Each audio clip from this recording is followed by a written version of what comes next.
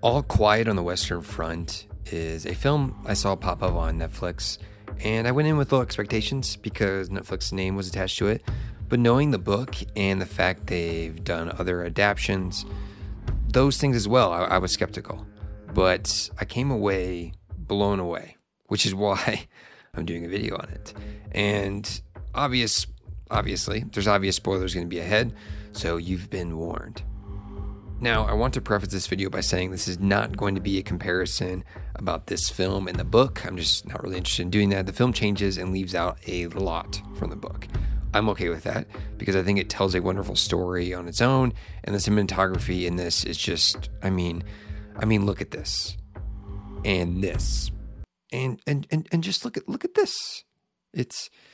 Anyway, this film is wonderfully horrifying. I enjoy war movies, and I really enjoy war movies that insert the fear of God into you at the very idea of having to fight in one. And the German actors with the German accents speaking German about French soldiers who you also hear and see speaking French. This is the stuff that pulls me into a film about a time period. So anyway, we follow the 17-year-old Paul, who starts off excited to go to war with him and his buddies. But yeah, they quickly realize war isn't what they were taught in their books and what they heard on the radio, when essentially the German propaganda apparatus that they embraced falls apart.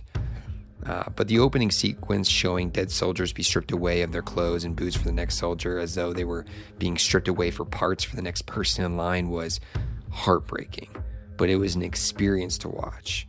And then it jumps to Paul with their grins and excitement. Just the contrast there was beautifully done.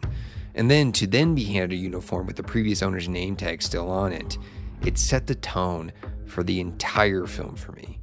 So, with Paul, you witness innocence. You witness then the more war-hardened sense, that innocence in Paul. But after that first battle scene, you see the wide-eyed and innocence of Paul disappear just that quickly. And the first major crack in the sense of self, the first major struggle of Paul attempting to keep his humanity. And then with this, the film captures the hells of war beautifully. It makes it difficult to watch, but you just don't want to look away. It makes you not want to look away while you are suffering through the entire experience. And those shots, though World War I was a war that fully encapsulated hell on earth. And this film captured it visually, emotionally, and honestly mentally. So we will get into the mental turmoil it depicts. But I guess the only thing I truly wish it did a better job of was capturing the use of gas. They threw in some scenes with the mask, but I think demonstrating just how much of a constant threat it was and making that parallel with more scenes about the woes of trench life might have added more impact on the horrors and fears of war. But yeah, let's talk about this scene. I know in the book this scene is different, where the soldier slowly dies throughout the whole night. However, it's shortened in the film, but I still think it was, at least for me, the most impactful scene in the entire film. We witness what happens when you come face to face with someone in war, the supposed enemy, the enemy that you've been told about your entire life. You come face to face with their humanity. And this scene encounter happened when a battle was winding down. So the stakes, you could feel that they felt different. They felt more personal. The scene felt as though Paul had made the final blow on his humanity and innocence, while simultaneously recognizing what had just happened and realizing he can never get it back. It was that symbolic death of his innocence fully, and then also of his humanity. And then his ability to dehumanize the opponent falls apart as well. In war, soldiers are forced to create an identity that allows them to dehumanize the enemy. This is what helps prevent them from completely breaking down in the face of the horrific acts they are forced to take part in. And I also think this scene provided us a history lesson about World War I.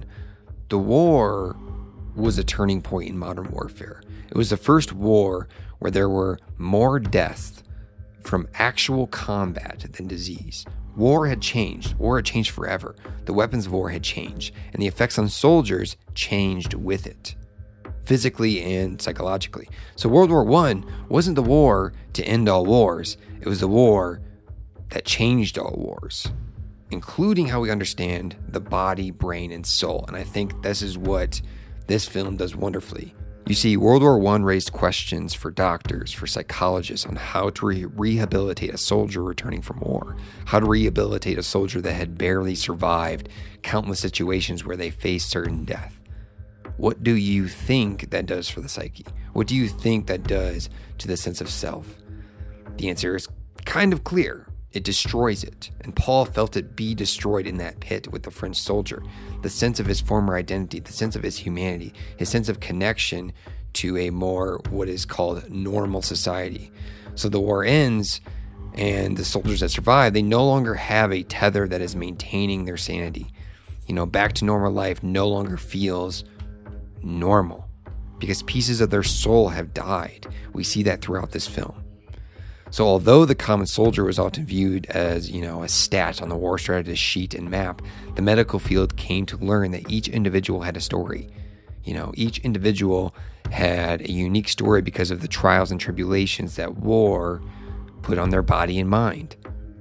But it's the common soldier being viewed as a stat that where I think the contrast scene of the soldiers in battle while the commanders and elites were in negotiations, soldiers dying while others in suits and clean uniforms were sipping tea. Like that contrast played wonderfully.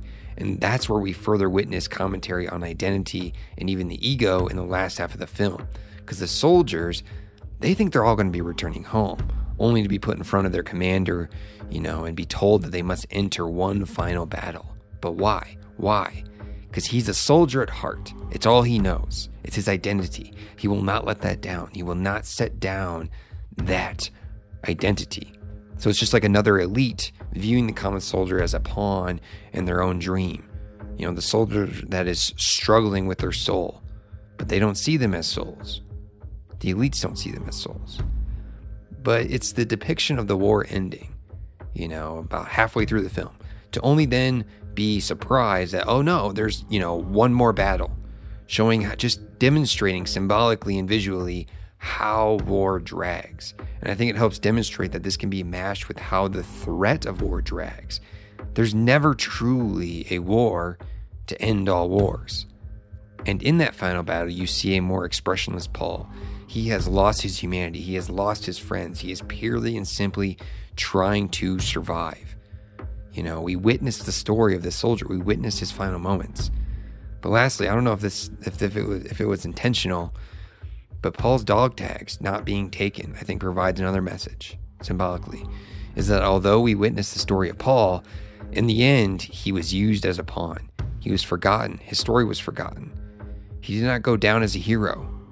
We witnessed it, but society didn't. It's a reminder. There's no glory in war, only loss.